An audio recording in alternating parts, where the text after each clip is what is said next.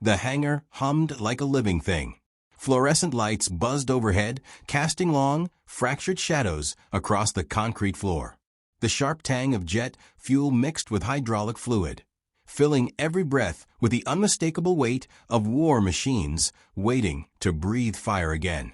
Lieutenant Sophia Hale walked among the rows of equipment, her clipboard pressed firmly against her chest. Her steps were measured, steady, the kind of walk that drew little attention but carried quiet certainty. Her uniform sleeves were rolled to the elbow, revealing arms laced with scars, jagged, pale lines that looked like lightning etched permanently into her skin.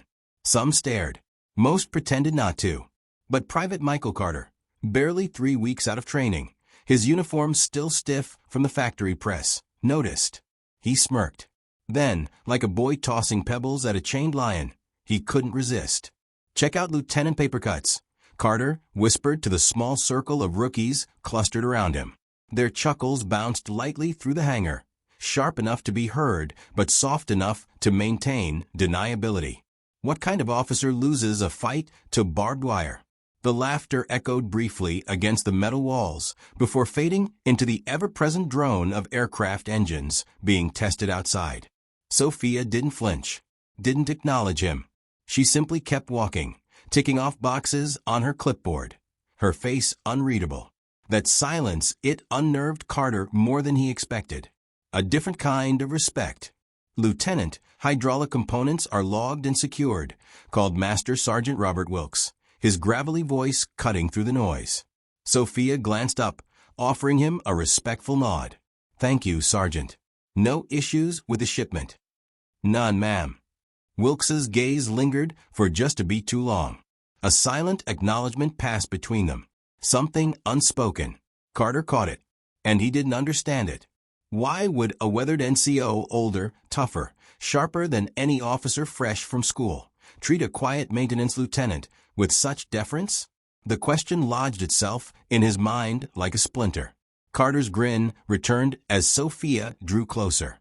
The rookies watched him expectantly, waiting for their ringleader to deliver another jab. "Careful with those reports, Lieutenant," Carter called out, just loud enough to cut through the hangar noise. His voice dripped with arrogance. "Looks like paperwork already gave you one hell of a beating." The reaction wasn't what he expected. The chatter dulled. Tools stilled. Conversations faltered. It was never truly silent inside the hangar, but now there was a hush, a subtle change in the air, as if the room itself was holding its breath. Sophia stopped. Slowly she turned. Her eyes met his. They weren't angry. They weren't hurt. They were still, piercing, cold and assessing, like the way a hawk studies a rabbit before deciding whether it's worth the effort. Carter shifted on his feet. His smirk wavered. Something about her gaze prickled beneath his skin, though he couldn't explain why. He felt small. For the first time since arriving at Rammstein, he felt unsure. And then, without a word, she turned back and continued her inspection. "What's her problem?" Carter muttered, forcing his voice back into arrogance. An older crew chief, his hands blackened with grease, spoke without looking up from his work. "You might want to ease up, kid." Carter snorted. "Why? She's just a maintenance officer. Scars probably came from tripping over a file cabinet." The crew chief didn't respond. His silence was louder than words. The rest of the morning unfolded like clockwork. Sophia moved through the hangar with effortless precision. She corrected a rookie's faulty diagnostic process without scolding, her voice calm and patient. She signed off shipments, cross-checked logs, and spoke with supply. All the while, Carter watched her from the corner of his eye. He noticed how the senior enlisted treated her differently. Not with the half-respect they usually gave new officers, the kind that hid eye rolls and whispered jokes. No, with her, there was something else. A subtle gravity. They listened when she spoke. "Why?" Carter leaned back against the workbench, unease creeping in beneath his cocky exterior. He didn't like questions without answers. Later that morning, the summons came. All personnel to the command center. The briefing hall filled quickly, the air thick with the murmur of voices and the faint rustle of uniforms. Carter and his circle claimed seats at the back, whispering jokes, barely paying attention as the base commander, Colonel Harrington, took the podium. "Good morning, people. Let's get started." The updates dragged on: maintenance schedules, operational reports, security protocols. Carter's mind wandered until Harrington displayed a diagram of a stealth drone. "Unavoidable thermal signature in its current configuration," Harrington explained. "Mission parameters will need adjustment." Carter barely registered the words. But then, "Sir, if I may." The voice was soft, calm. Every head turned. It was Sophia. She rarely spoke at these briefings. "Yes, Lieutenant," Harrington said, a note of impatience in his voice. "The signature issue could be solved by reversing the intake manifold orientation," she said steadily. "The prototype blueprints confirm compatibility. It worked before. It'll work again." The colonel froze. Then, slowly, he nodded. "You're right. I'd forgotten about that solution. Make it happen." Carter blinked. Forgotten? Since when did full-bird colonels forget technical solutions? And more importantly, how the hell did a maintenance officer know classified drone systems like the back of her hand? As the briefing ended, Carter found himself watching Sophia with new eyes. She gathered her materials calmly, exchanged a few quiet words with an intelligence officer, and slipped out. Nothing dramatic, nothing loud, but Carter's certainty cracked. He leaned toward one of his friends. "Be right back." And with that, he stood, quickening his pace to catch her in the hallway. "Lieutenant," he called. Sophia stopped, turning slowly. Her face was unreadable, her posture relaxed. Up close, Carter noticed something he hadn't before. The scars weren't random. They weren't clumsy accidents. They were deep, deliberate, the kind carved by survival, not mishap. "Private," she said evenly, giving him the smallest of nods. Carter forced a smirk. "You know, I could show you how real maintenance is done sometime. Might save you from future accidents." He gestured vaguely toward her arms, stepping closer. Sophia shifted, not away, not defensive. The movement was smooth, precise, controlled. The kind of shift someone trained to avoid danger would make. "I appreciate the offer, Private," she said, her tone calm, steady. "But I think I can manage." As she turned to go, a passing pilot, an older veteran, paused. He nodded at Sophia with a respect that bordered on reverence. "Lieutenant," he said, his tone almost deferential. Carter froze. His smirk faltered. What was going on here? Later that night, as Carter lay in his bunk, her words replayed in his mind. "Know the difference between a battle you need to fight and one you should walk away from." He stared at the ceiling, unease gnawing at him. Who was she really? And why did it feel like the entire base knew something he didn't? If you were in Carter's shoes, would you keep pushing to uncover the truth about Lieutenant Sophia Hale, or would you walk away before finding something you weren't ready to know? 2 days later, the base pulsed like an alarm clock that wouldn't die. Doors banged. Radios crackled. The command center, usually controlled and clipped, throbbed with sudden urgency. "Unscheduled inspection," someone hissed. From Yukon Brass. Private Michael Carter and his crew were yanked from the hangar and dumped into make-it-perfect duty. Chairs, folders, cables, projectors. All the glamorous tasks nobody joins the service for. "This is garbage work," Carter muttered, laying out packets around the polished conference table. Paper slid under his palms with a dry hiss. "I didn't ace diagnostics to play housekeeping." "Shut it and tape that cable," his buddy said, eyes darting toward the front. Across the room, Lieutenant Sophia Hale logged into the maintenance coordination console and began a sequence of checks. Calm, precise, invisible, if you wanted her to be. Carter felt his grin trying to come back. The old swagger, the easy laughs. "Look who's back," he said, just loud enough for the rookies to hear. Lieutenant Scar Stories, queen of paperwork and near misses. A couple of weak chuckles answered him, thinner than before. The room's temperature shifted. Senior NCOs glanced up and then away, noted it, said nothing. Sophia didn't flinch. Fingers moved over keys. Screen data flowed. The hum of the servers filled the space between breaths. And then the doors blew open like a drumbeat. Attention on deck. Silence fell hard. Boots snapped. Spine straightened. Air tightened. General Emma Thornton, for stars and a lifetime of wars in the lines around her eyes, strode in with a cluster of colonels and aides. She carried her rank like gravity. "Welcome to Ramstein, General," said the base commander, Colonel John Harrington, stepping forward. His voice tried for casual confidence and came out just a hint too crisp. "We're honored." "At ease," Thornton replied, not unkindly. "This isn't formal. I was nearby for the NATO conference and wanted to look at how my best European base is breathing." The room relaxed a fraction. Not much. No one truly relaxes under starlight that bright. Thornton began her circuit. A nod to operations. A question for intel. A brief, surgical glance at logistics. She reached the maintenance console last. Sophia stood, hands behind her back, face unreadable. Those pale, jagged lines on her forearms caught the light like frozen lightning.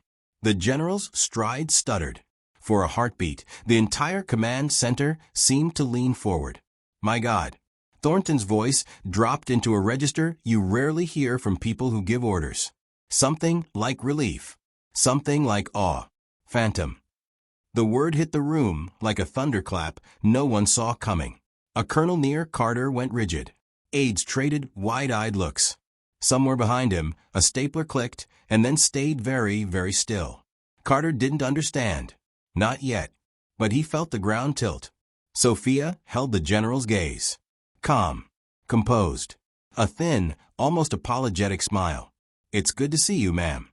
And then it happened. The breach you read about in manuals only to be told you'll never witness. A 4-star general saluted a lieutenant first. Carter's mouth opened. Air forgot how to move. "Colonel Sophia Hale," Thornton said warmly, returning her hand to her side, the word colonel wrapped in history and fire. "It's been too long." It took a second for the syllables to make sense. "Colonel?" The rookies at Carter's shoulder turned to stone. Somewhere in the back, an old crew chief lowered his eyes like he'd just heard a prayer answered. "For operational security," Sophia said gently. "Ma'am." "Of course," Thornton nodded. She pivoted to the room. "For those who don't know, and that is by design, you've been working alongside Phantom, the architect of Operation Blackstone. When the impossible needed a blueprint, she drew one in the dark. Carter felt his pulse in his throat. Every barb he had thrown, every smirk, every laugh, they came back like stray bullets with his name on them. Sophia didn't bask. She shifted, almost uncomfortable with the attention.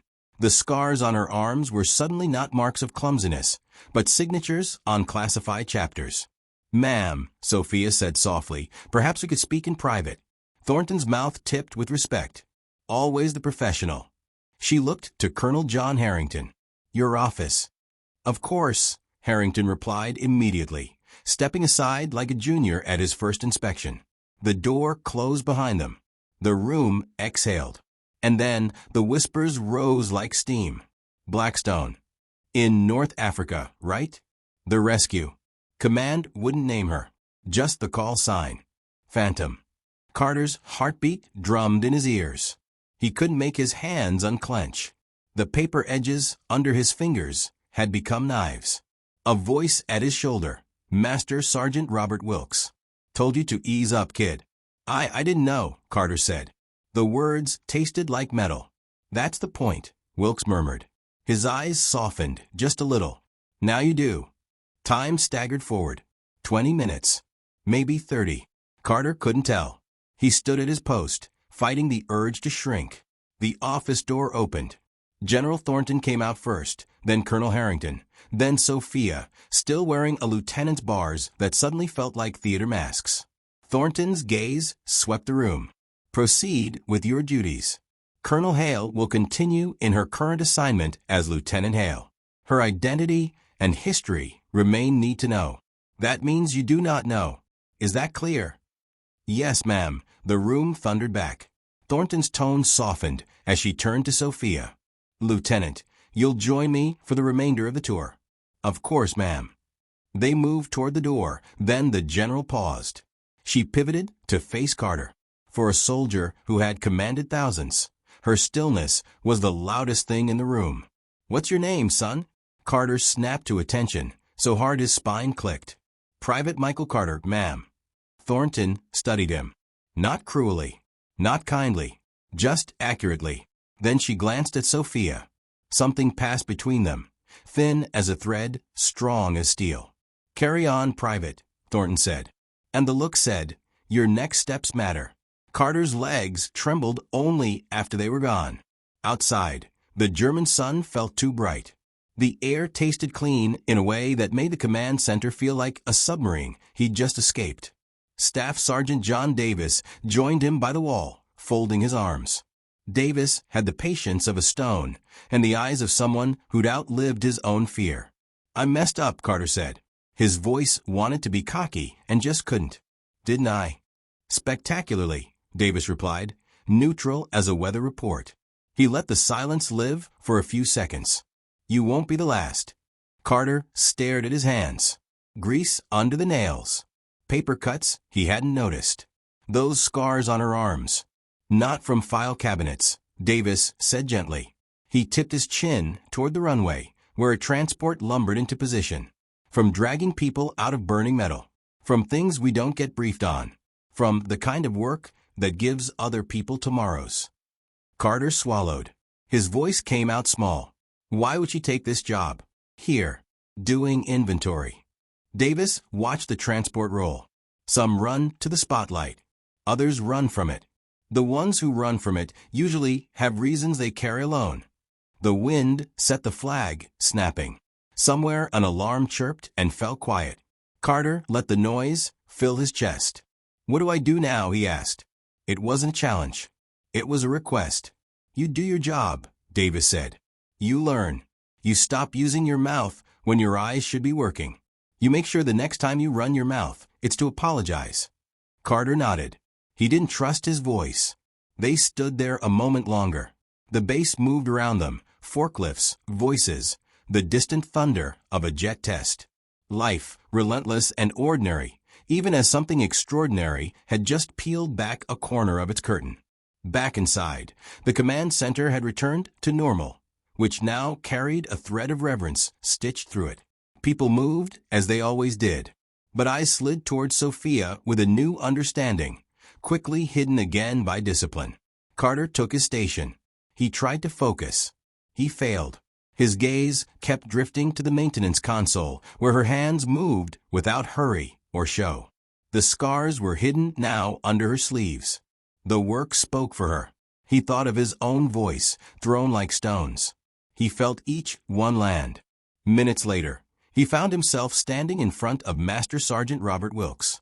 "Sergeant," he said, "I need to." Wilkes raised a hand, saving him from the scramble of words. "You'll say it to the right person," he said. "And you'll mean it." "Good start." Carter nodded. "Yes, Sergeant." He walked back to his terminal. The screen blinked a cursor like a steady heartbeat. He took a breath. Then another. He waited. The door opened. The tour returned. General Thornton peeled off with Harrington. Sophia stayed. She crossed the room with that same quiet gait, stopping only when she reached the maintenance station. Carter's throat tightened. Now, he thought. Now or never. He stepped forward. "Lieutenant Hale," he said, voice low. "Ma'am." She looked up. Calm. Open. No heat. No frost. Just presence. "Private Carter." The words jammed. He forced them through. "I owe you an apology." Silence. Few seconds. The longest kind. The kind where character becomes visible. Her eyes held his. Not angry. Just clear. "At ease, Private," she said softly. "You weren't meant to know. I was disrespectful." He didn't look away. "I was wrong." "Yes," she agreed. Not cruelly. Not gently. Just truthfully. "You were." He let the honesty cut clean. He didn't flinch. "Scars tell stories," she added, rolling down her sleeves, the fabric whispering over old fire. "Not all of them are for public release." He swallowed. Understood. She nodded once, acknowledgement and dismissal, grace and boundary in a single motion, then returned to her console. Carter stood there, feeling smaller and somehow steadier. The lesson found its place inside him. Quietly, permanently, he went back to work. The base kept breathing. If your pride got punched like Carter's just did, would you own it in front of the person you hurt or hide behind excuses and rank? Orders are coming. A new problem will test the fiction of Lieutenant Hale and the loyalty of those who now know the truth. When the alarm sounds again, will Carter step up or step back? The storm came quietly at first. Not thunder, not lightning, just a warning klaxon echoing across Rammstein like a heartbeat too fast for comfort. Inside the maintenance bay, the air shifted. Voices dropped. Tools stilled. Then came the voice over the intercom. All technical staff report to the command center. Priority 1. Priority 1. The phrase every soldier knew and few ever wanted to hear. Private Michael Carter jogged with his crew toward the briefing hall, boots clanging against the metal stairs. His stomach knotted tighter with each step. Just days ago, he would have been cracking jokes, feeding off the nervous energy. Now, he kept his head down. The command center was already crowded when he arrived. Maps lit the wall. Drones hummed on projectors. Officers muttered in low, clipped tones. Colonel John Harrington stood at the podium, jaw stiff. We've got a systems fault in one of the stealth birds. Thermal readings are spiking mid-flight. If we can't fix it before tonight, the mission scrubbed. NATO partners are already circling for answers. He turned toward the room. Suggestions. Hands went up. Ideas volleyed back and forth. Most were half-baked, desperate attempts to impress the colonel. Harrington shook his head again and again. Carter sat in the back, watching. His pulse thudded. He already knew who the room would turn to. And there she was, Lieutenant Sophia Hale. She rose slowly, calm, unhurried, a ghost moving through the storm. Reverse the flow in the intake manifold, she said. Her voice wasn't loud, but the room stilled anyway. It'll cool the system without compromising lift. We used it before Blackstone prototype. It worked then. It'll work now. Silence followed. Carter swore he saw Harrington's jaw tighten, not from doubt, but recognition. Then the colonel nodded once. Do it. No one questioned her. No one dared. Later, back in the bay, Carter found himself working beside Sophia again, by assignment this time. The universe, it seemed, had a cruel sense of humor. She was bent over a panel, explaining flow rates to a nervous airman who looked like he hadn't eaten since boot camp. Her patience was unsettling, measured, calm, but sharp when it needed to be. Carter's hands shook as he wired the diagnostic panel. He wanted to say something, anything. But what words could repair what he'd broken? Finally, he forced it out. Lieutenant. I mean Colonel. Sophia didn't look up. I'm Lieutenant here, Private. Remember that. Yes, ma'am, Carter whispered. His throat was dry. I didn't know. Her hands paused just a fraction of a second, then continued. You weren't meant to. But I was wrong, he said. Louder this time. Truer. And I'm sorry. She finally glanced at him. Her eyes weren't sharp this time. They were steady, human, almost kind. Do better, she said simply. That's apology enough. And then she returned to her work, as if the conversation had never happened. Word of phantom rippled quietly through the base, even as personnel were ordered to keep silent. No one said it openly, but eyes changed when they looked at Sophia. Shoulders straightened. Jokes died unspoken. Carter saw it everywhere. The way Master Sergeant Wilkes listened to her like she outranked everyone in the room. The way senior pilots deferred with subtle nods. The way even hardened NCOs dropped their voices when she passed. And Carter, who once mocked her scars, now caught himself studying them differently. They weren't marks of shame. They were history written in skin. That night, Carter lingered after shift. The bay was almost empty. Tools glinted in the low light. He found Sophia alone, reviewing data at a terminal. His voice came out before he could stop it. They call you Phantom. She didn't flinch. Didn't even look up. That's just a name, she said. Operation Blackstone, he pressed. They said it was impossible. Finally, her eyes lifted. The weight of her stare pinned him in place. "The thing about impossible," she said softly, "is it's only impossible until someone does it." A silence followed. Heavy. Electric. Carter's chest tightened. He wanted to ask more, but he knew he wouldn't get the answers. Not here. Not ever. The next morning, the alarm blared again. Louder, sharper, urgent. Red lights strobed across the bay. "Unauthorized drone launch detected," the intercom roared. Carter froze. His pulse hammered. Around him, chaos erupted, boots pounding, voices shouting, systems coming alive. And through the storm, Sophia Hale stood calm. A shadow in the red light. "Move," she barked, her voice carrying a weight that no lieutenant should have. For the first time, Carter obeyed without hesitation. If you discovered the quietest person in the room was secretly the most dangerous, would you follow them into the fire, or run before you learned why the world feared their name? The sirens never lied.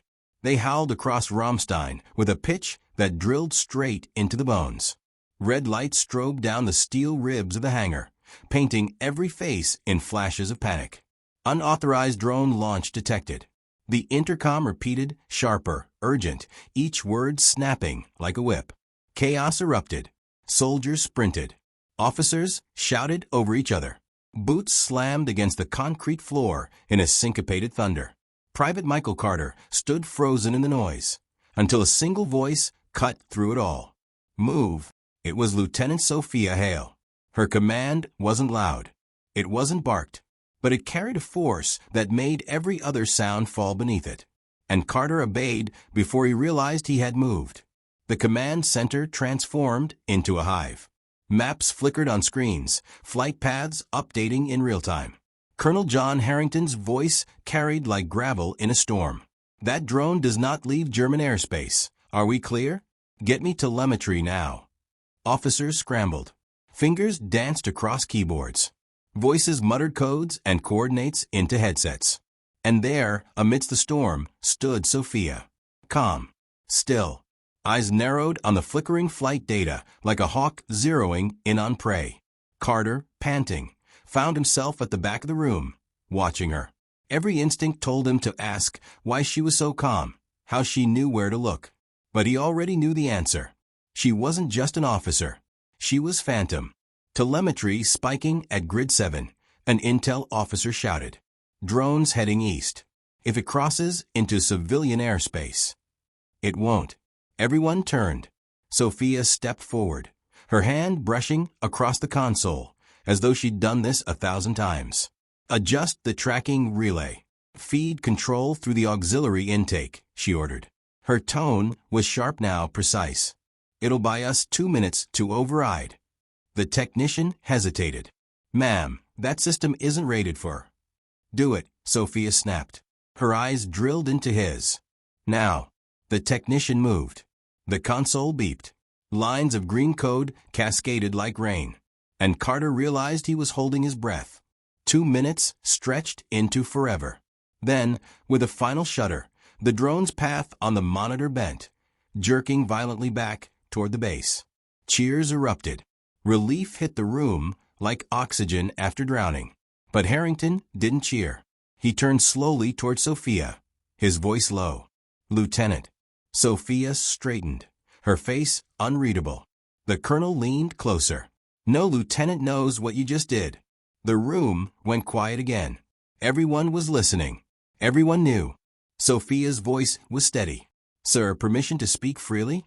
"Granted." She met his gaze without blinking. "Then stop pretending. They already know." The silence was absolute. A hum from the servers was the only sound left. And Carter realized this wasn't a secret anymore. Not here. Not now. Afterward, the base felt different. The whispers spread faster than orders. Phantom caught the drone. She's still one of them. Why is she here, hiding in plain sight? Her eyes lifted. Tired. Human. That's the point, Private. You're not meant to. Carter swallowed. His words came out softer. But the things they said you did. Blackstone, the rescue, the impossible missions. Why hide under a lieutenant's bars? Sophia rolled down her sleeves, covering the scars. Because legends don't fix aircraft. Soldiers do. And sometimes it's better to be just a soldier. For once, Carter had no comeback. Only silence. The base quieted after midnight, the air still heavy with the aftershock of the drone incident. Carter lay in his bunk, staring at the ceiling, his mind replaying her words. Sometimes it's better to be just a soldier. But tomorrow, another test would come. And Carter had no idea whether he was ready to face it. Would you rather live as a legend in the spotlight, carrying the weight of everyone's expectations, or vanish into the shadows, free but forgotten? Dawn broke cold over Rammstein. The airfield stretched under a pale sky, fog curling around the floodlights like restless ghosts. Engines coughed awake. Metal clanged. Voices carried low, purposeful. But inside Private Michael Carter, there was only silence. The kind that comes after a storm, heavy and waiting. He hadn't slept. Not really. Every time he closed his eyes, he saw Lieutenant Sophia Hale, or was it Colonel Phantom, standing in that command center, pulling the drone back like she'd bent physics with her bare hands. And then her words. Sometimes it's better to be just a soldier. The hangar doors groaned open, spilling harsh daylight across the concrete floor. A bus pulled in, its brakes squealing. A dozen fresh recruits filed out, faces too clean, uniforms too sharp, voices a little too loud. Carter knew the type. He had been the type. He spotted one smirking already, elbowing his buddy as Sophia crossed the hangar with her clipboard. The rookie tilted his chin toward her arms, whispered something, laughed. Carter's chest tightened. It was like watching his own reflection in a cracked mirror. The rookie muttered just loud enough. What happened to her? Lose a fight with a stapler. His friends chuckled. The words burned. For a split second, Carter hesitated. He could stay silent. Pretend he hadn't heard. Just like the others had done when he was the one throwing stones. But something in him snapped. He stepped forward, his boots striking the floor with deliberate weight. His voice was low, calm, but sharp enough to cut. I'd watch that mouth if I were you. The rookie blinked. What? She's just a maintenance officer. Carter shook his head slowly. No, she's not just anything. And neither are you. Not in this place. Not in this uniform. The rookie scoffed. What's the big deal? You act like she's special. Carter's eyes flicked to Sophia, still moving through her checklist, calm, seemingly oblivious. But he knew better now. She doesn't need me to defend her, Carter said quietly. But trust me, you don't want to find out who she really is the hard way. The rookie laughed uneasily, then caught the steady stares of a few senior NCOs nearby. His grin faltered. Carter turned back to his work, heart pounding, but lighter somehow. Hours later, Carter found himself beside Master Sergeant Wilkes, watching Sophia guide a cluster of techs through a diagnostic system. She's good, Carter murmured. Wilkes grunted. Always has been. Long before the rest of you knew her name. Why come back here? Carter asked. After everything she's done, why hide? Wilkes didn't answer right away. He rubbed a scarred hand along the edge of the workbench, as if feeling the grain of history in the metal. Some people spend their lives breaking things, he said finally. Others find peace in fixing them. She's done both. Maybe now she's remembering what it feels like to repair instead of destroy. The words settled over Carter like a blanket. Heavy, comforting, true. That night, the hangar was quiet again. Carter stayed late, finishing inventory. When he looked up, Sophia was there, rolling down her sleeves. Private Carter, she said evenly. Ma'am, he replied. His voice carried no arrogance anymore, only respect. Sophia studied him for a moment. You've changed. I had to, Carter admitted. You made sure of it. A faint smile ghosted her lips, gone as quickly as it came. Good. That means I didn't waste my time here. She gathered her things. Carter, emboldened, asked the question that had haunted him since the first day. Those scars, do they ever stop reminding you? Sophia paused at the door, her shadow stretching long across the floor. They remind me every day, she said softly. But they also remind me why I'm still here.